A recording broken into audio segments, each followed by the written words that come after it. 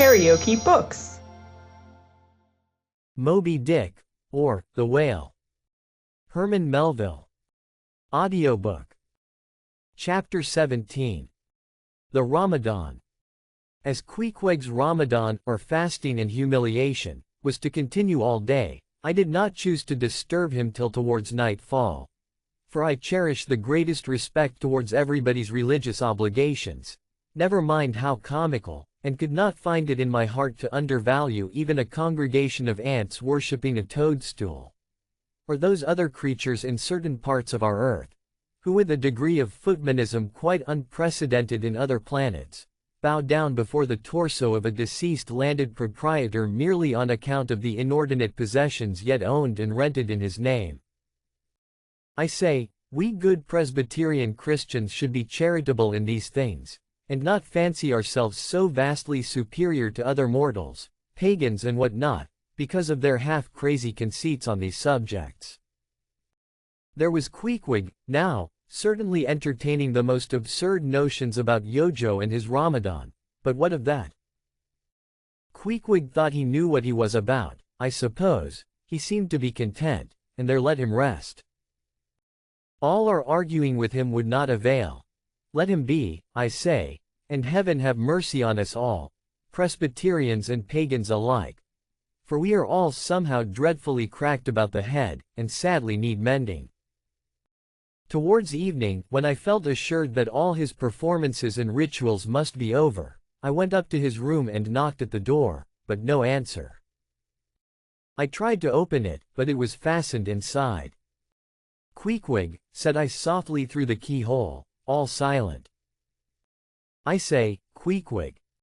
Why don't you speak?" "It's I, Ishmael." But all remained still as before. I began to grow alarmed. I had allowed him such abundant time, I thought he might have had an apoplectic fit. I looked through the keyhole, but the door opening into an odd corner of the room, the keyhole prospect was but a crooked and sinister one. I could only see part of the footboard of the bed and a line of the wall, but nothing more.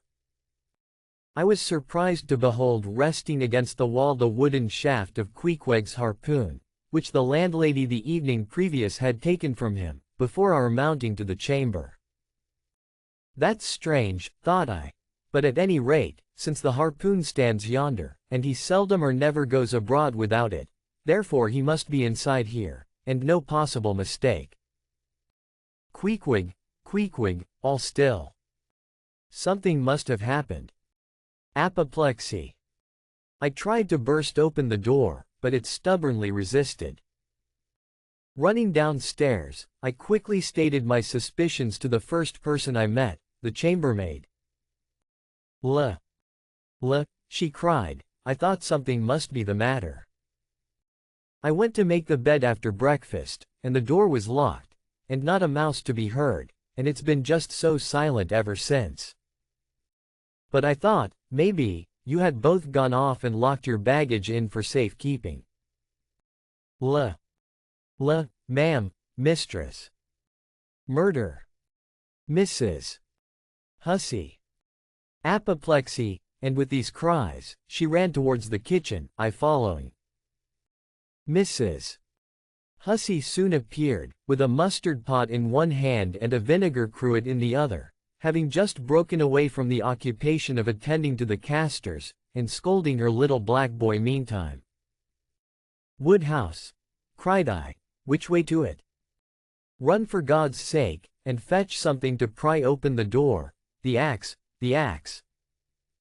He's had a stroke, depend upon it." And so saying I was unmethodically rushing upstairs again empty-handed, when Mrs.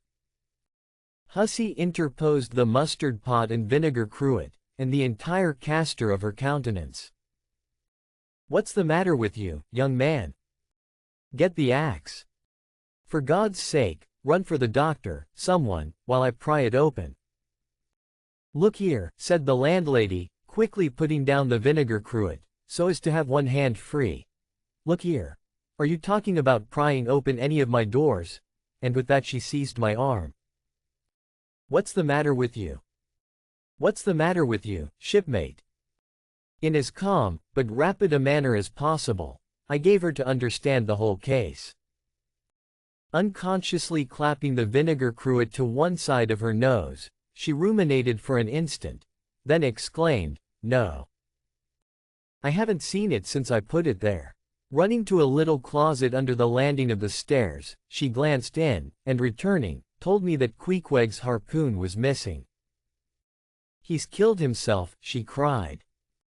"It's unfortunate Stig's done over again. There goes another counterpane, God pity his poor mother. It will be the ruin of my house." "Has the poor lad a sister?" "Where's that girl?" "There. Betty, go to Snarls the painter, and tell him to paint me a sign, with 'No suicides permitted here,' and 'No smoking in the parlor.' Might as well kill both birds at once." "Kill? The Lord be merciful to his ghost. What's that noise there? You, young man, avast there." And running up after me, she caught me as I was again trying to force open the door. "I don't allow it. I won't have my premises spoiled. Go for the locksmith, there's one about a mile from here." "But avast," putting her hand in her side pocket, "here's a key that'll fit, I guess, let's see." And with that, she turned it in the lock, but, alas! Queequeg's supplemental bolt remained unwithdrawn within. "Have to burst it open," said I, and was running down the entry a little, for a good start, when the landlady caught at me, again vowing I should not break down her premises. But I tore from her, and with a sudden bodily rush dashed myself full against the mark. With a prodigious noise the door flew open, and the knob slamming against the wall, sent the plaster to the ceiling, and there, good heavens! There sat Queequeg, altogether cool and self-collected, right in the middle of the room, squatting on his hams, and holding Yojo on top of his head. He looked neither one way nor the other way, but sat like a carved image with scarce a sign of active life. "Queequeg," said I, going up to him, "Queequeg, what's the matter with you?" "He hain't been a sittin' so all day, has he?" said the landlady. But all we said, not a word could we drag out of him. I almost felt like pushing him over, so as to change his position, for it was almost intolerable. It seemed so painfully and unnaturally constrained. Especially, as in all probability he had been sitting so for upwards of 8 or 10 hours, going too without his regular meals. "Mrs. Hussey," said I, "he's alive at all events.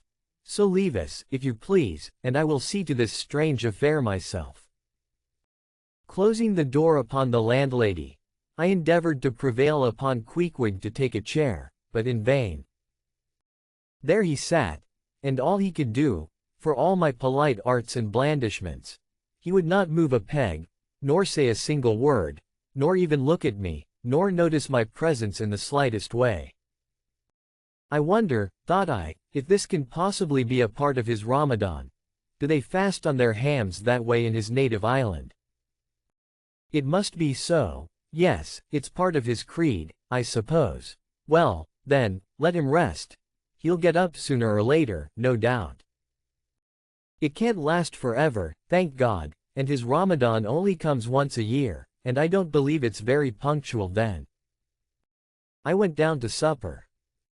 After sitting a long time listening to the long stories of some sailors who had just come from a plum-pudding voyage, as they called it, that is, a short whaling voyage in a schooner or brig, confined to the north of the line, in the Atlantic Ocean only, after listening to these plum-puddingers till nearly 11 o'clock, I went upstairs to go to bed, feeling quite sure by this time Queequeg must certainly have brought his Ramadan to a termination.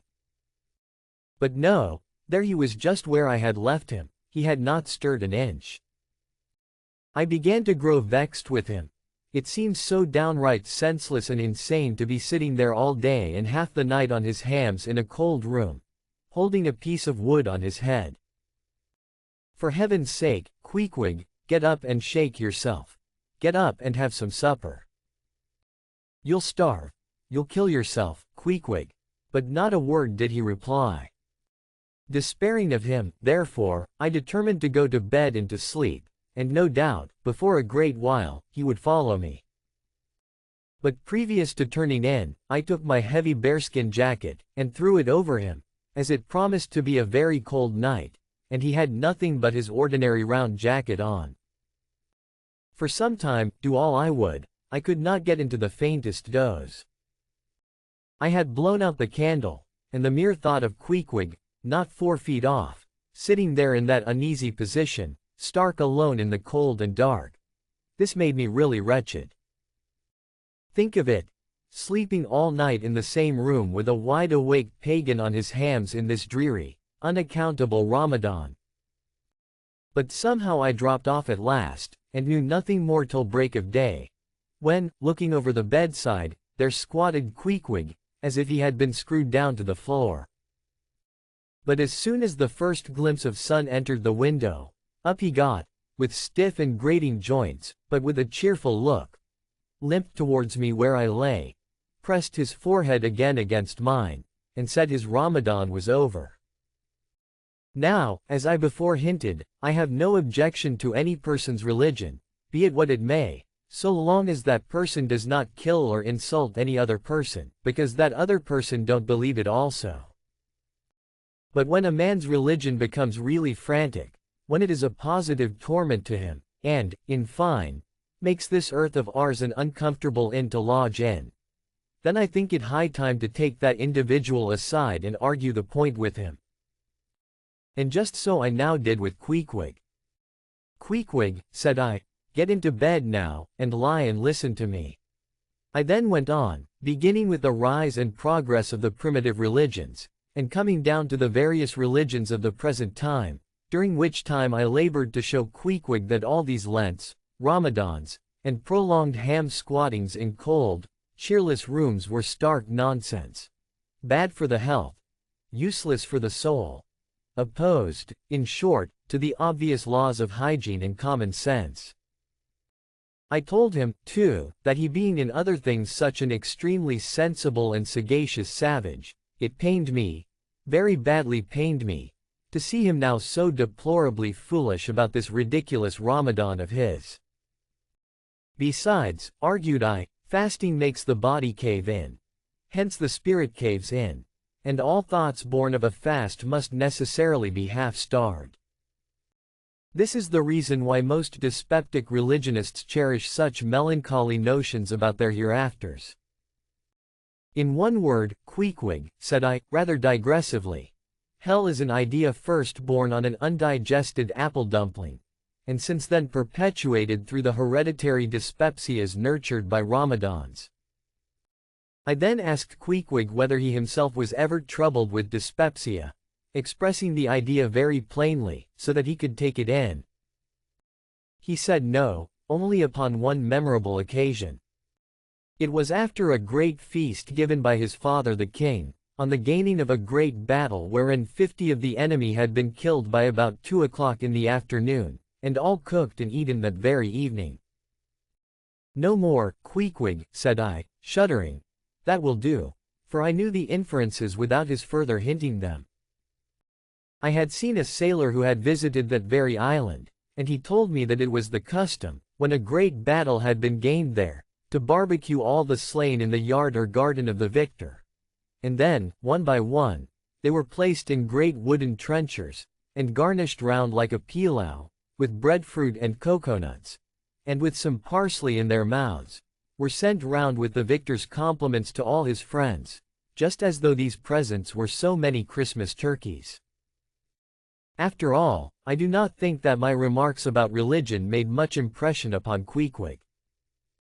Because, in the first place, he somehow seemed dull of hearing on that important subject, unless considered from his own point of view, and, in the second place, he did not more than 1/3 understand me, couch my ideas simply as I would, and, finally, he no doubt thought he knew a good deal more about the true religion than I did.